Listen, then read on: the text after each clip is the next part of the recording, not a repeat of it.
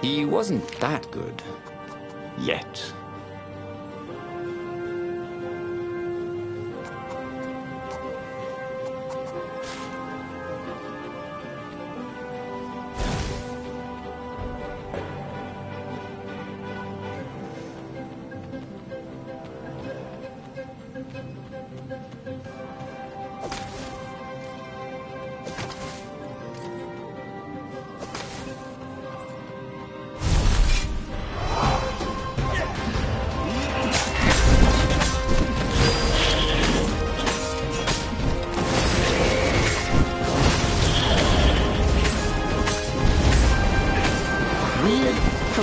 Never told you where they went to. And they were killed and to put up a sign or something?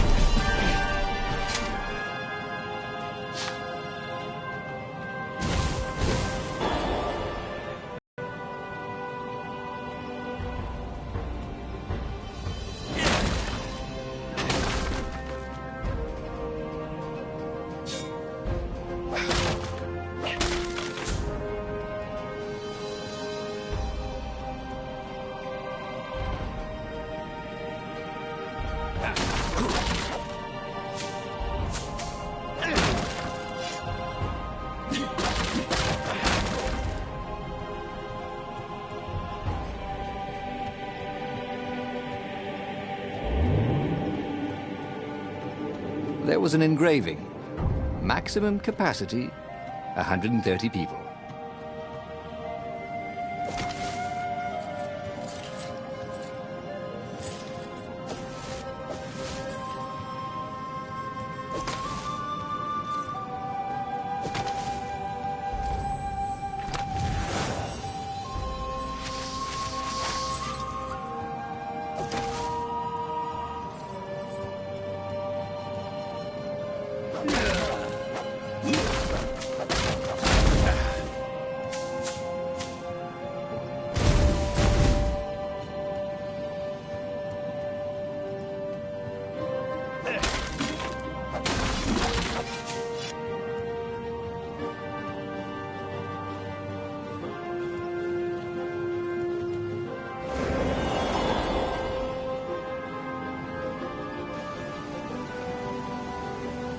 Hey, I got this friend who's a swan. Could he join up? He dyes his feathers.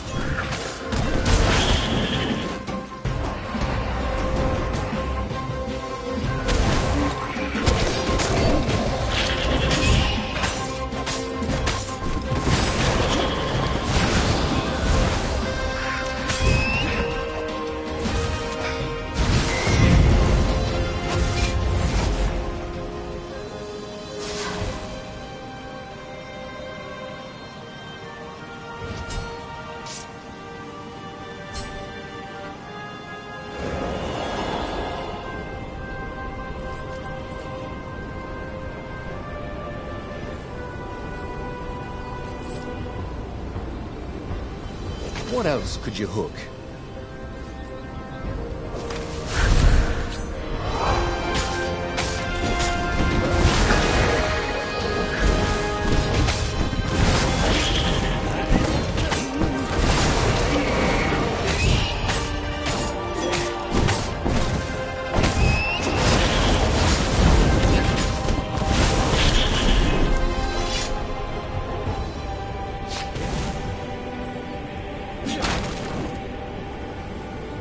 When Ronaldo went to the china shop, for some reason the owner was always nervous.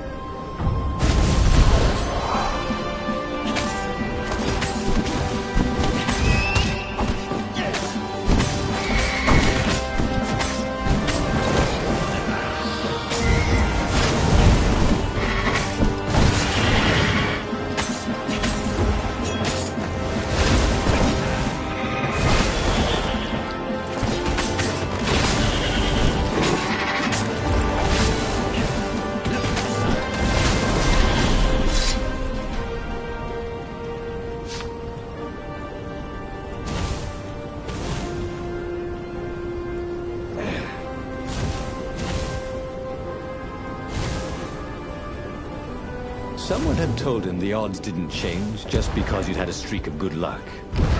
His gut told him that was wrong, though. And he always listened to his gut. On the other hand, 128 chances to win. But one of them would destroy the universe. That seemed a bit serious. Or without firing the Sky Ripper. Maybe he could bluff, but with a real weapon. Like in cards. Names, but you pretended you had a fizz-bin. That could work.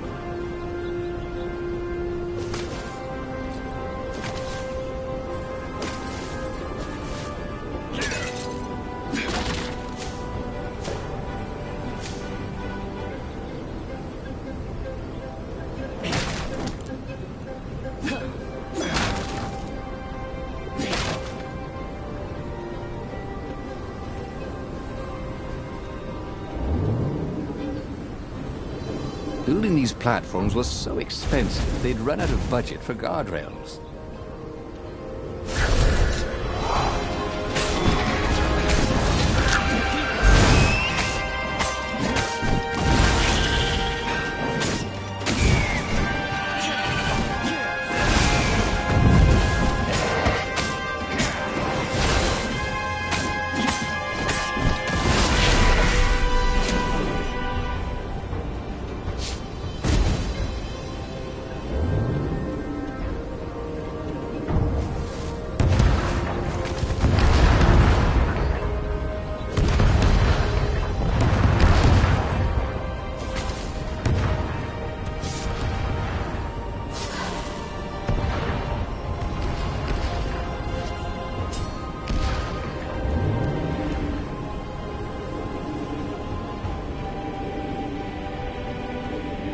Have you ever felt you were just going round in circles? Bernardo felt like that.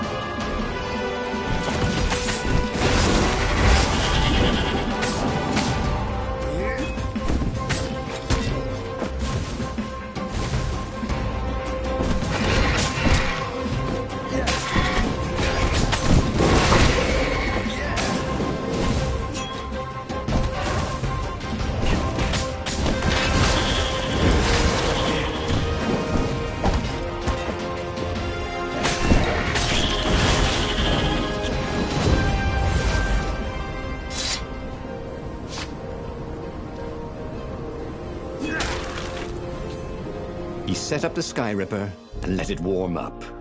He would bluff if he had to. Zenobia came out, flanked by a very daunting platoon of ravens. "You won't actually use that," she said in that annoying, "I know everything because I'm a cat and you know nothing because you're just a fox" voice she had. Or "I know the odds." Good, because there's a real chance you could destroy the universe. No, not the first time I use it. The odds are too low. What? No? Yeah, sure. The first time, the odds are practically nothing. They only go up if I use it a bunch more times. No, but that's not how odds work. Didn't you pay attention in class? Now surrender, or I'll use it. Just once, he said. Don't. He felt sure the odds were with him. He had to go with his gut. That's what heroes do. "Fire," he said. "Please?" The Sky Ripper fired. With a tremendous whoosh, the Emperor's flagship went up in flames. It was awesome. Then he noticed There was a hole in the air. A blackness, like a tear in a parchment. Wind was blowing into it, widening it. It grew larger, and even larger. Crates fell upwards into it, and the world itself seemed bent, like the reflection on a curved mirror, as it poured into the ravenous hole. 1 in 128. What are the odds? Thought Bernardo. And then everything fell into the hole and was gone. Okay, that was weird. He could have sworn he just died. Instead, he was on the Farfarer, sailing away from Ubar. And it was still burning. He'd fled burning Ubar years ago, hadn't he? And now he was back there. Had all those years fighting the Empire been nothing but a vision into the future? A useful vision if it was true. He'd learned something. The core was powerful, but dangerous if used improperly.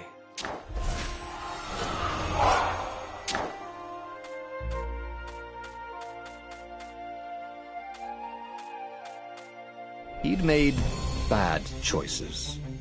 But now, when the real battle came, he wouldn't make those choices. He wouldn't make the same attempt to flip backwards, towards the beginning. And he realized that his adventure was just beginning. The clouds parted over the Isles of Boreas. It was time to choose. The rebellion was in trouble. Ravens were scouting for the secret rebel base. They needed a game changer. Pieces of the Sky Ripper had surfaced. Bernardo knew that using it could go catastrophically wrong, but he was sure he could figure out how to use it safely. Also, a temple had risen out of empty desert. The Emperor had brought the Sky Ripper pieces up out of ancient burial by his obscene rituals. Could this be where the Iblis stone was hidden? Someone better get it before he does, thought Renato. On the other hand, his old friend Lapino needed rescuing. Lapino was no game changer, but could Renato really leave an old friend to the Ravens? Ah, Lapino. Apparently, the Mad Rabbit had sold a Pegasus that he did not exactly own. Lapino always wiggled out of trouble, given time. But he was out of time. The Ravens had figured out that Lapino was a rebel spy. If the fleet reached him first, they'd string him up for that. Never mind the winged horse.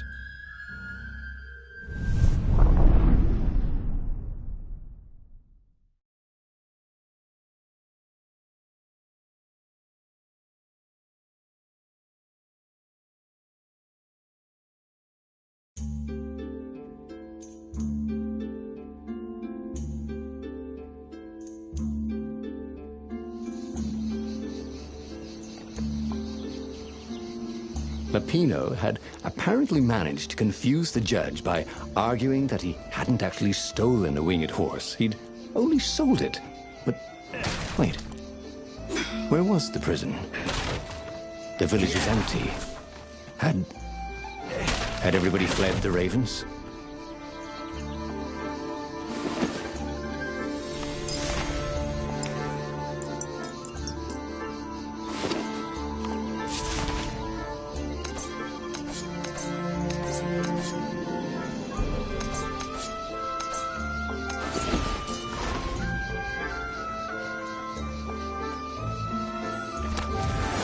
This one contained nothing but unmatched gloves.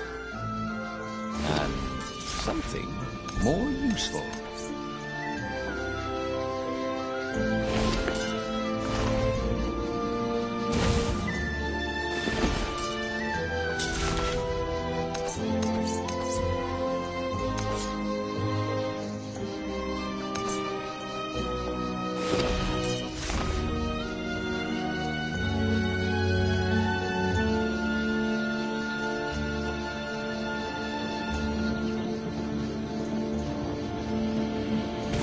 Renato had always wanted a flying carpet.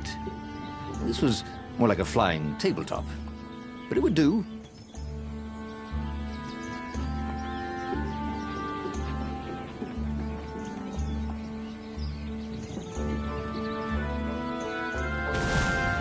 The Ravens had taken the town. Renato had seen villages emptied like this. All the people taken away to be sacrificed in the Emperor's secret rituals. Renato hoped the people were just hiding.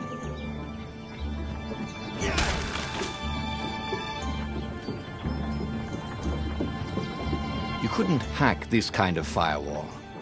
You had to warm it up to you.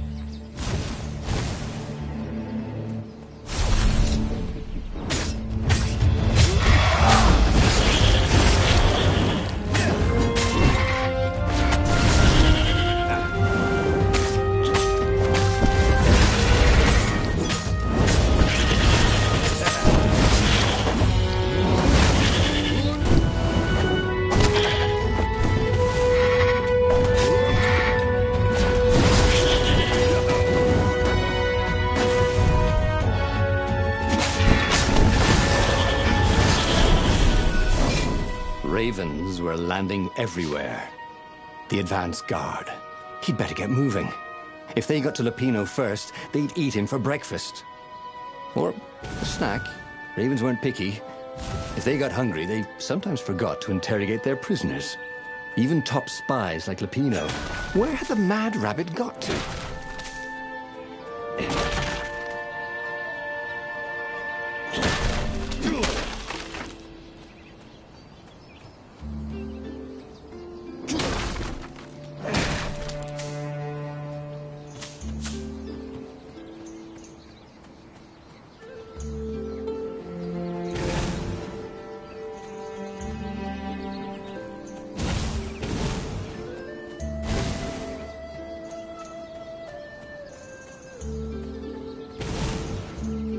Sorry, mustache, thought Renato.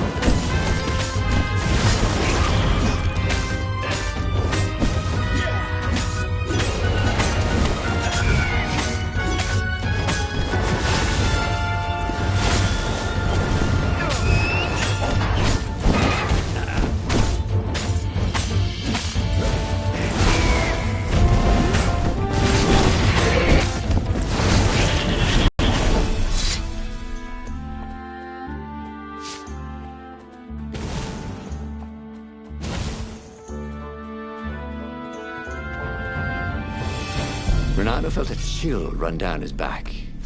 Or possibly a flea.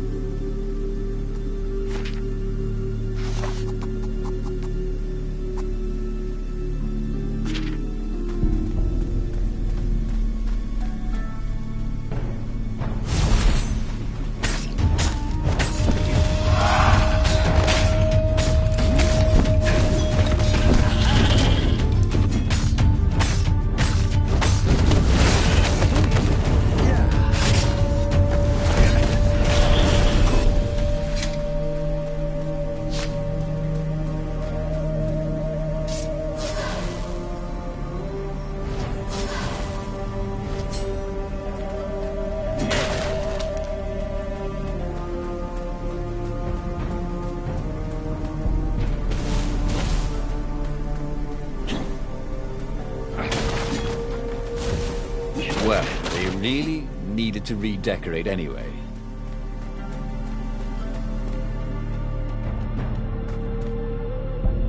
Dirty and bloody, Renato finally reached Lupino. The rabbit was practicing his shuffle. Renato recognized the cards. It was Lupino's favorite deck. Oh, I thought you were in danger. I am! The ravens are coming. Oh, the prison thing. Right, yeah, we see this guard owed me 53 ducats, so we made a deal. They're very reasonable people, actually, for weasels. Now, I got a brilliant plan to kidnap Zenobia. We capture Zenobia, we find out what she knows, and that's the whole war right there. Easy peasy, lemon squeezy. Capture the Emperor's greatest general, who also happened to be a deadly sorcerer and, oh, his only daughter? That would be worth it. On the other hand, he could still get to the core of the Sky Ripper, even if he couldn't get the whole thing. It must have great power. Zenobia wasn't just the Emperor's daughter, of course. She'd been Renado's best friend in Sword Fu school. And you're still mad for her. The rabbit reminded him. They'd been close. She'd told him things no one else knew. But she'd never told him who she really was. She knows all the Emperor's plans, chuckled the Master Spy. She won't give them up easily. She'll tell the interrogators, all right, said Lapino. Taking her would change the game, all right.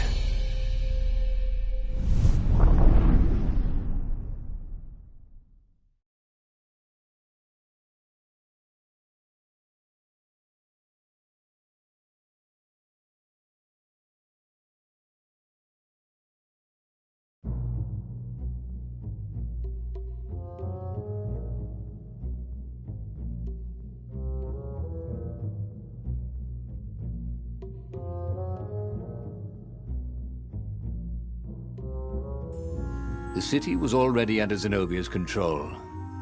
I had to admire her efficiency. Renato shivered at the thought of Zenobia at the mercy of the interrogators. Could he really turn her over to them? But this was war. It wasn't meant to be pretty.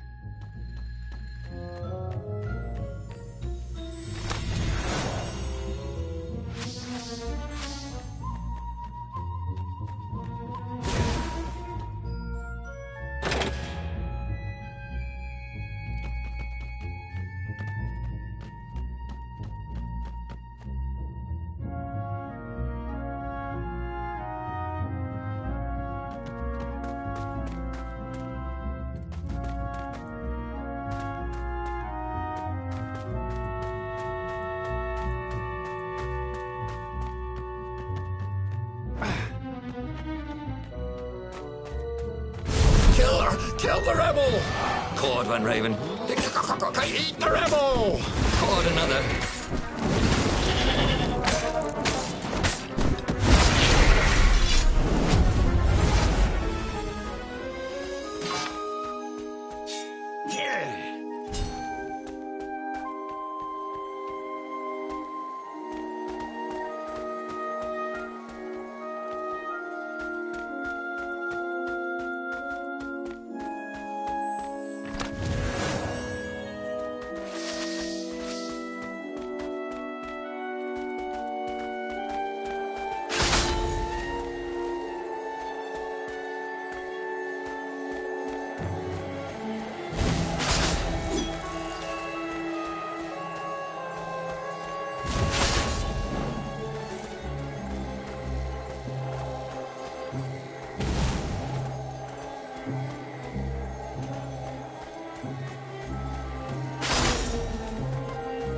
Say goodnight, Gracie, said Renato, wondering who Gracie was.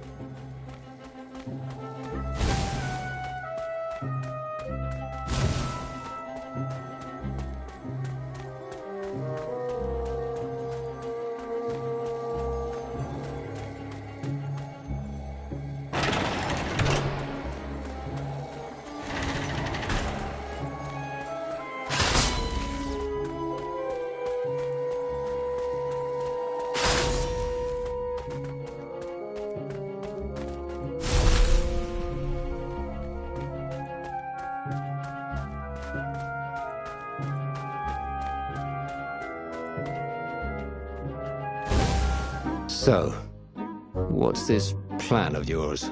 Use me as bait. Said Lapino, and he outlined a slightly complicated plan that involved geese, a net, setting the Farfarer a little bit on fire, Lapino dressing as an old blind toad, and Renato hiding inside a monstrous watermelon.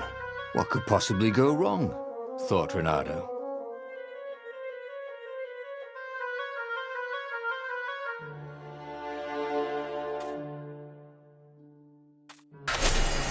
Oh, this is gonna be fun, said Lapino as he ran to go set up his marvelous plan. A crafting bench. Renato wondered what he could make with it.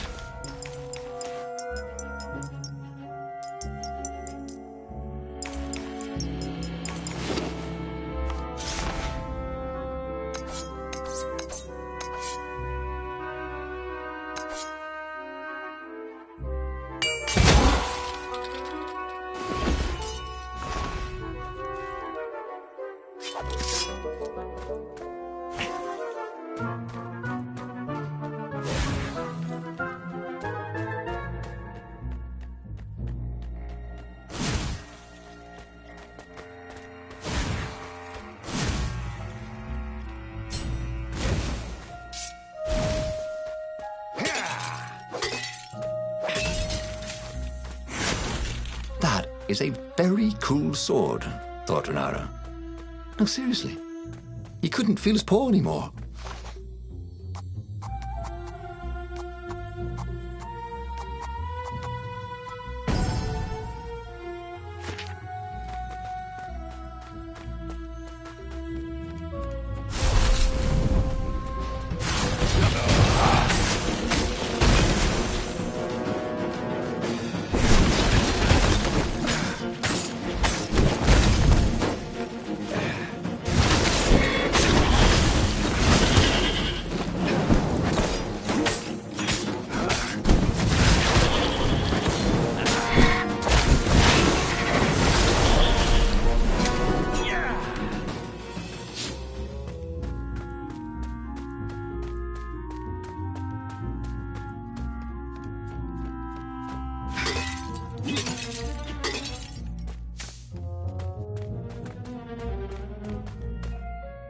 Renato felt dubious about the whole plan.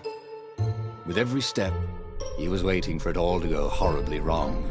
But against all odds, Peppino's idiotic plan worked. Zenobia's ravens ran off after the geese, the net dropped, and Renato jumped out of the watermelon and put his sword to Zenobia's throat. "Renato," she said, "are those new scars? They look good on you. You never returned my velvet jacket. It was my favorite. You look stupid in velvet. Oh, what does an imperial princess know about style? Oh, get a room, you two," said Leppino. But the fleet was coming on fast, so they put Zenobia on the Farfarer and took her east, over the Nexus. She'd vanished from Swordfu School, from his life, without even saying goodbye, without ever telling him she was the Emperor's adopted daughter. Ah, Leppino was right, Renato thought reluctantly. She knows things. She recognized his look. "You're taking me to the interrogators, aren't you?" she said, wide-eyed. And then she jumped, with horror. Renato saw Zenobia plummeting. Then he saw the Nexus below them. Cats always land on their feet. "Ah, she'll head for the Imperial outpost," yelled Leppino. "You have to catch her."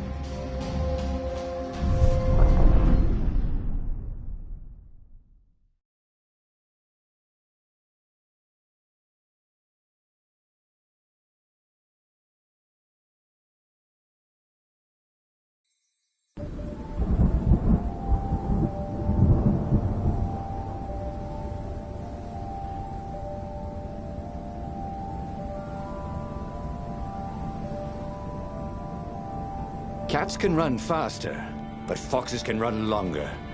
If he ran, he could head her off before she reached her minions at the outpost. Well, he did love a good chase.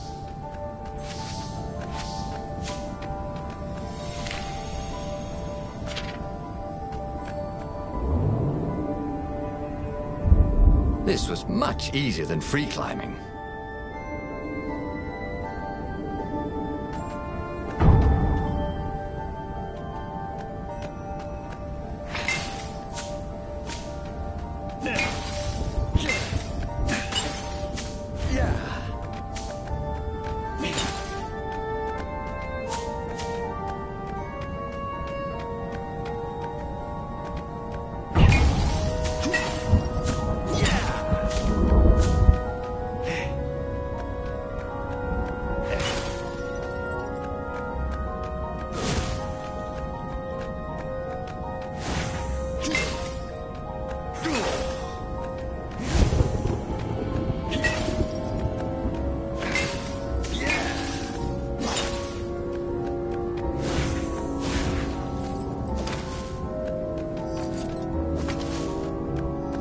If they didn't want their things broken, they really ought to make them stronger.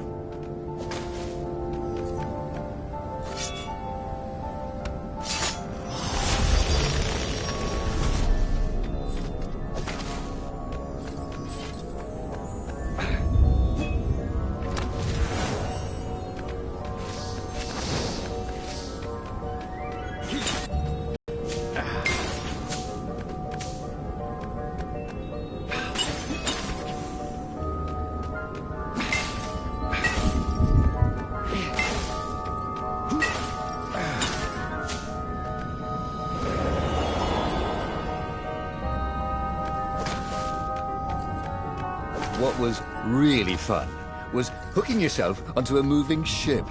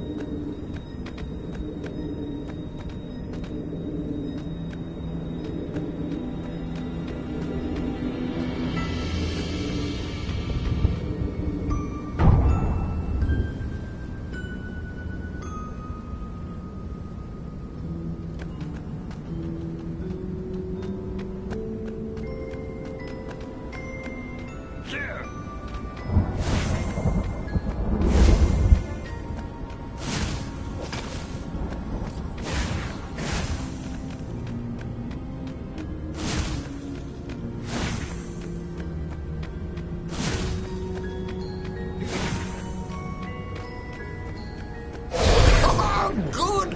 I needed you run for me nest! Me, Raven.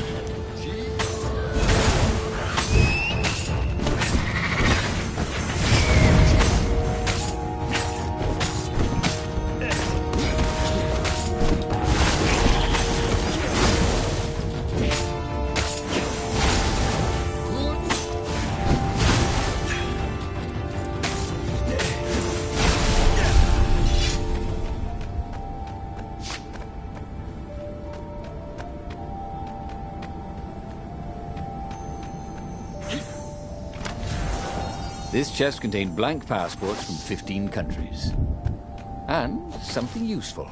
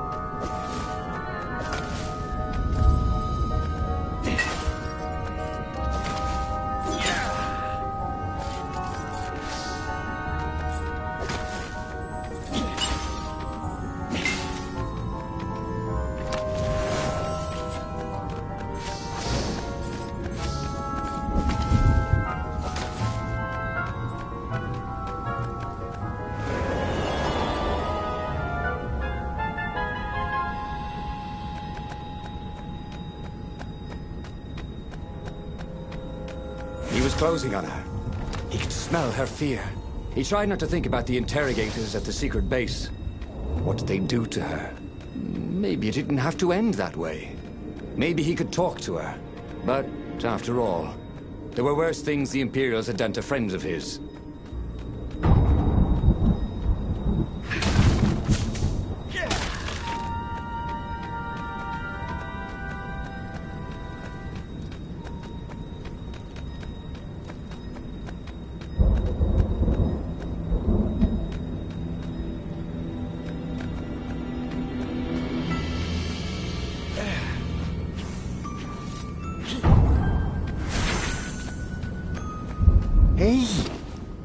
Hey, a workbench! He could try out his new bling.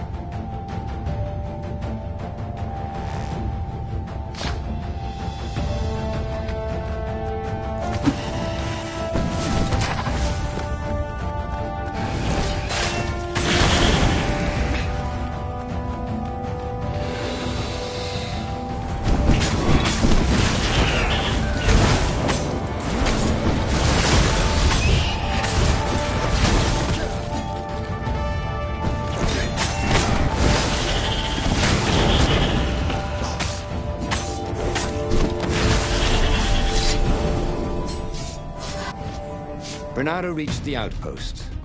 The Imperials there were no match for him. Soon after, Zenobia limped up the path. When she realized he was already in front of her, she didn't even try to run. Oh, you left without saying goodbye.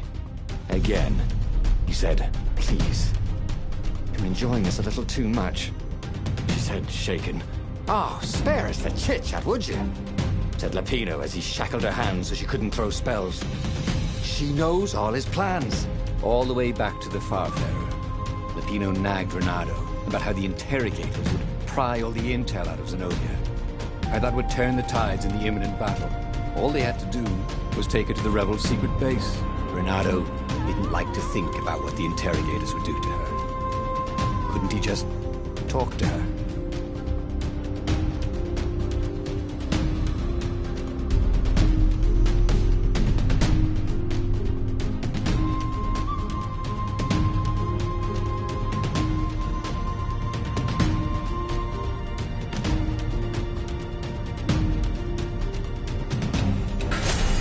As they pulled away from the Nexus, Bernardo could see the fear in Zenobia's eyes. "I can't take her to those creatures at the base," he whispered to Lapino. Ah, you've gone soft. Soft in the head. We captured her for what she knows. "I'll take her to the mountains. Tell all the horrible things the Emperor's done. Yeah, believe me, she'll turn." And he turned the wheel. The hell you will! Shouted Lapino, and he grabbed the wheel back from him. The two of them wrestled for control of the ship. It shot off like a mad sparrow. Suddenly, Renato was falling.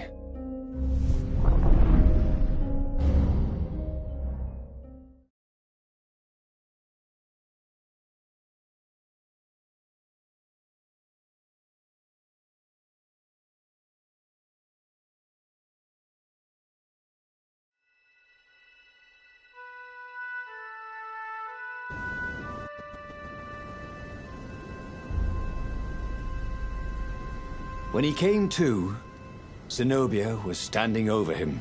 Why didn't you take me to the base to be interrogated? She demanded. Do you know what's left of people they interrogate? This is some trick, isn't it? To make me fall for you again. Well, I won't. Oh, go on then. Scurry back to your ravens.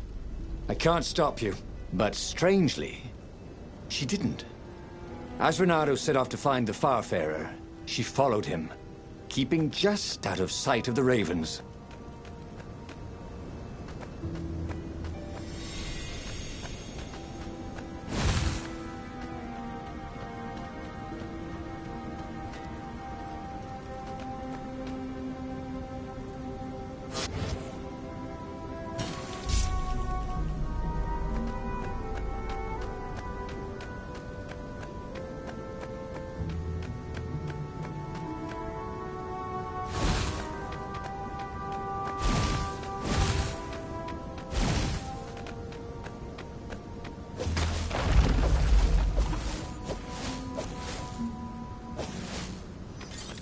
He'd once met a pirate captain. He used hooks to get around his ship. Oh, what was his name again?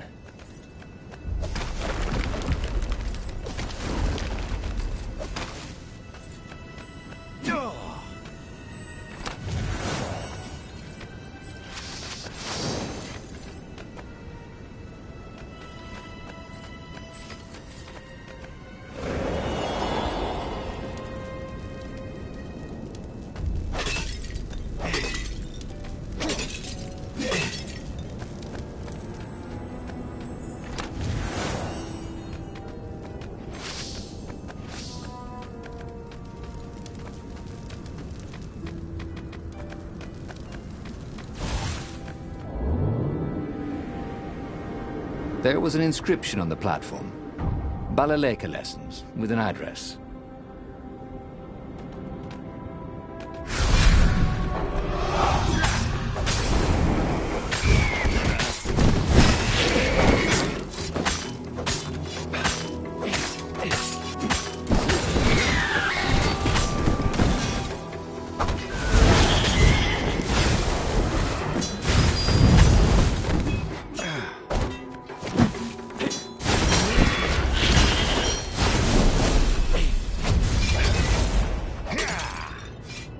As Renato stopped to sniff the wind, Zenobia came up, still mad. Did you really think you'd just talk me into betraying my father? Oh yeah, sure, that was exactly my plan. Then why aren't you even talking to me? Because I've never talked you into anything in my life. They're gonna court-martial you for letting me go. He caught a whiff of the Farfarer. Wet rope, tar, and a cask of Scobel ale he'd spilt last year. It was that way.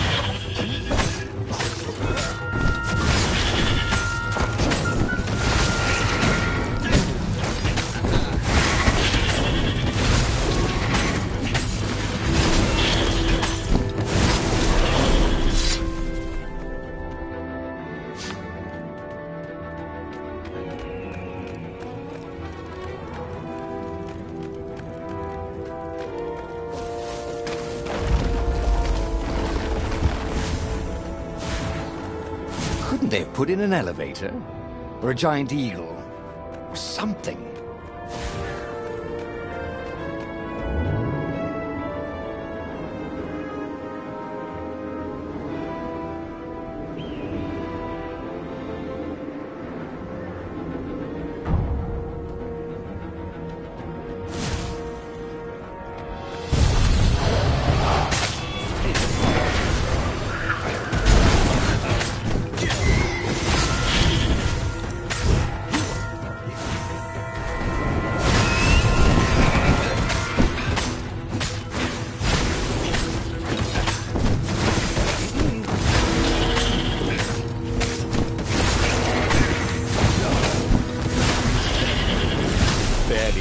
claw on him.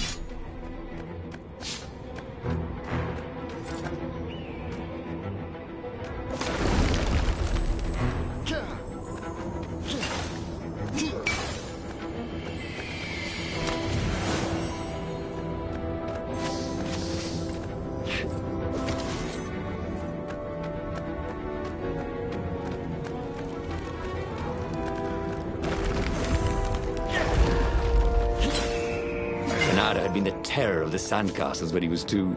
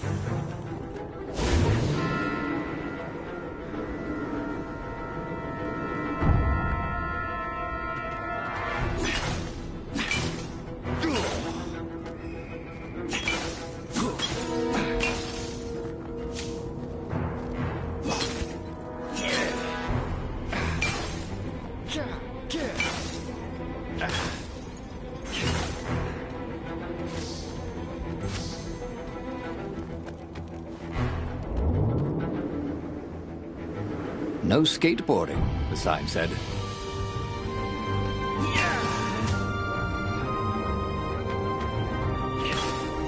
Bernardo wondered if he should have taken Zenobia to the rebel base for real. Maybe she wasn't playing him after all. After the bleak talk about the Emperor's dark secrets, he was regretting his suspicions.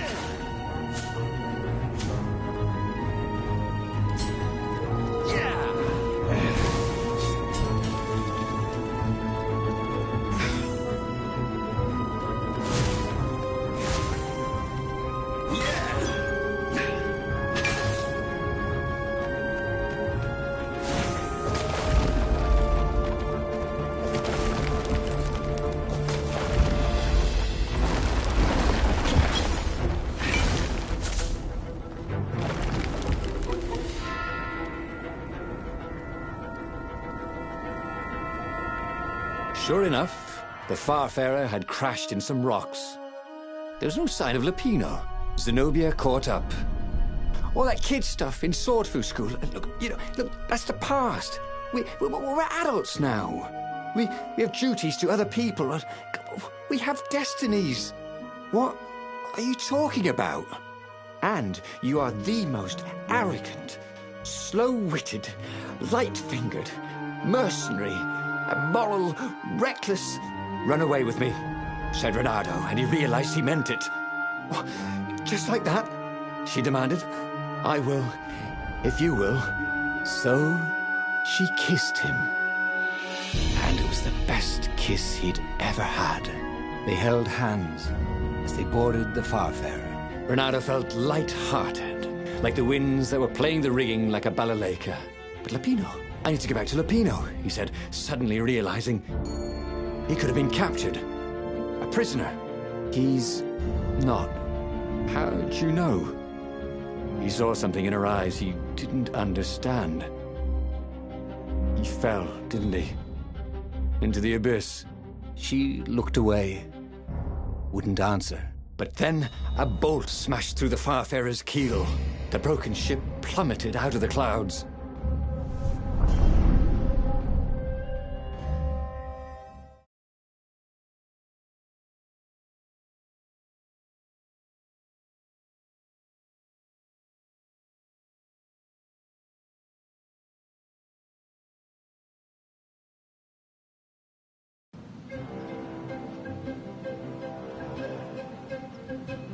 Renato picked himself off the deck. They were alive. We have to get to my private ship, she said. Do you trust me? I guess I must, he said. You go on ahead. Clear the path, she said. I can't kill my own soldiers. He wanted to say that he didn't trust her, that he had no idea what he was getting into. But he had no choice, did he? He was following his heart. That's what it means to be a hero. You had to follow your heart.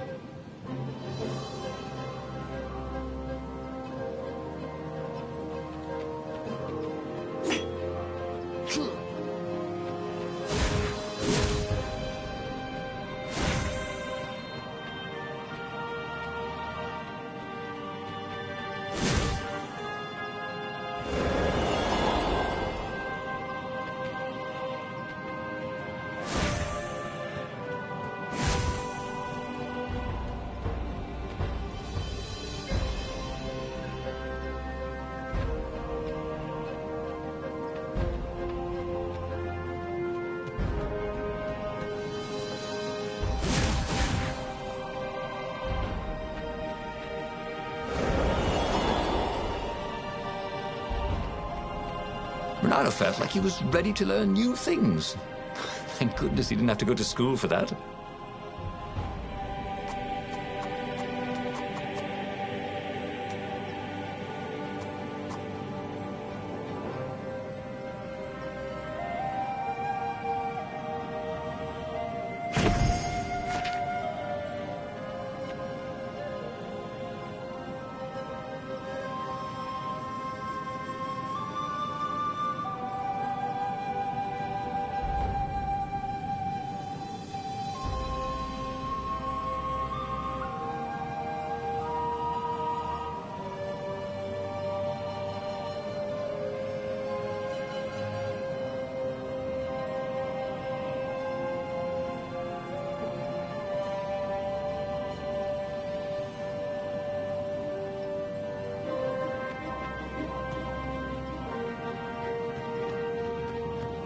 Bernardo wondered idly if people who had built these poles had really, really long tentacles.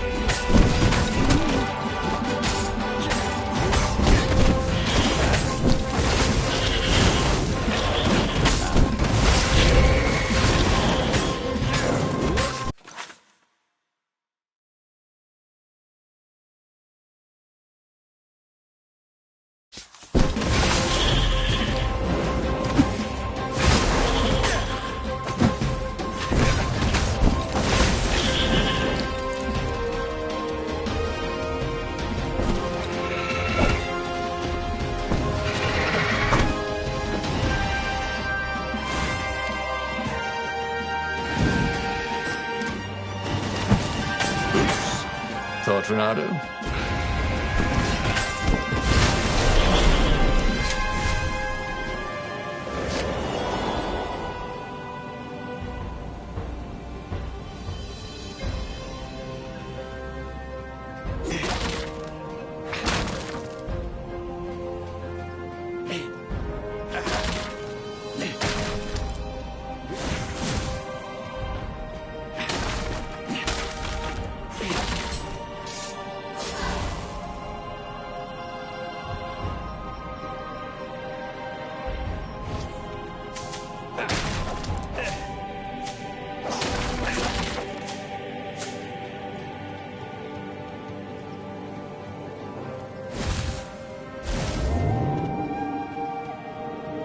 There was an inscription, no spitting.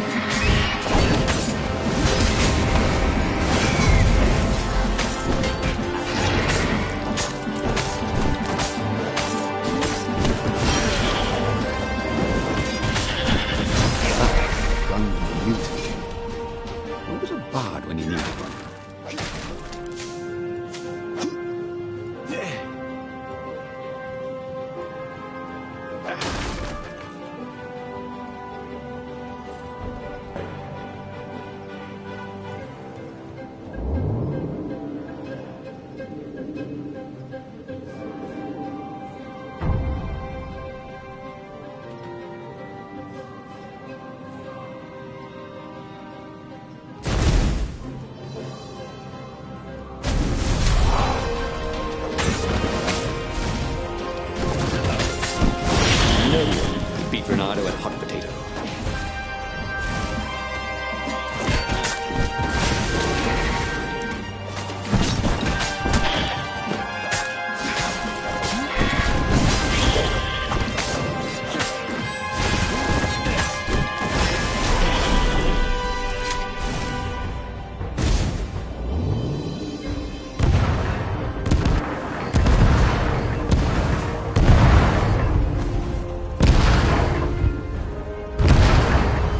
Paused to catch their breath. It was strange to be so close to her. "What are you thinking?" he asked. "I'm trying very hard not to think." "Me too," he said. Up ahead, he could see the thin silver of Zenobia's personal ship. It looked fast. They would leave all this behind.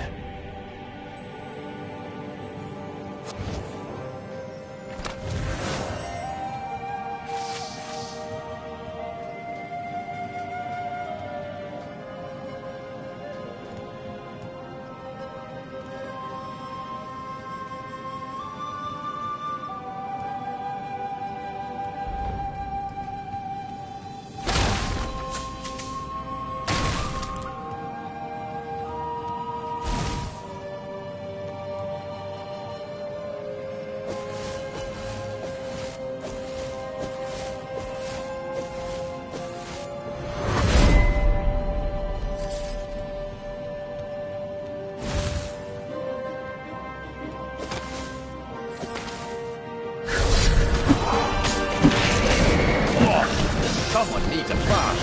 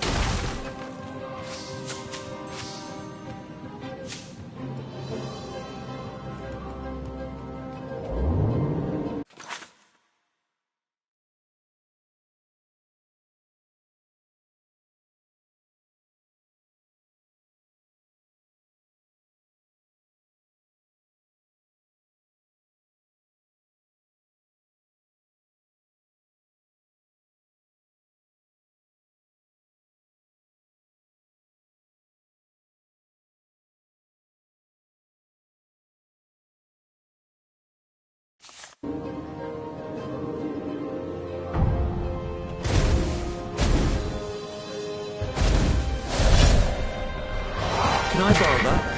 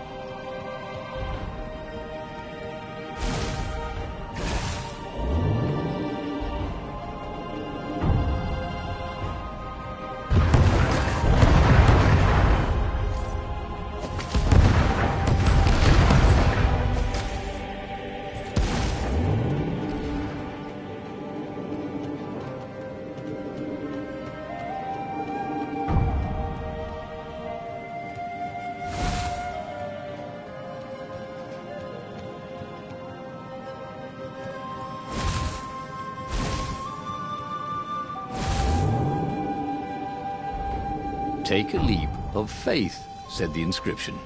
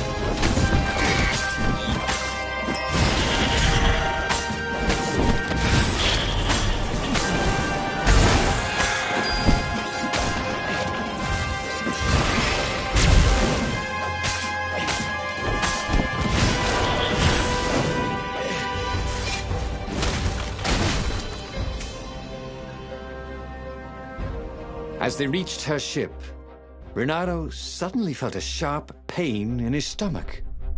He was surprised to see a crossbow bolt sticking out of it. I was going to lead the Empire to our secret base, said Lapino. But no, you had to screw up my plan because you still got a thing for her. Renato stared at Zenobia. The kiss. Was it real? She said, with a look of indescribable sorrow. She gestured and said an arcane word, and Lapino went flying into the abyss, screaming, "I'm telling your father!" Then she knelt down to cradle his head, and her paws felt very soft and warm. Renato stared at the book. He was still alive. Again. And still only flying away from burning Ubar. Had he lived that adventure? Or only dreamt it? Had he really died? It felt so real, not like a dream at all. And he'd lost again. Oh, he hated that. But he had made different choices. And he'd lost in a different way. It was the book, wasn't it? Oracles showed you your destiny. But this was showing him different ways he could die miserably. Thanks a bunch, book, he thought. But these were destinies that he did not have to fulfill. But he'd learned another true thing. Lapino was a traitor. Suspected there was something wrong with the mad rabbit. But now he knew there was malice behind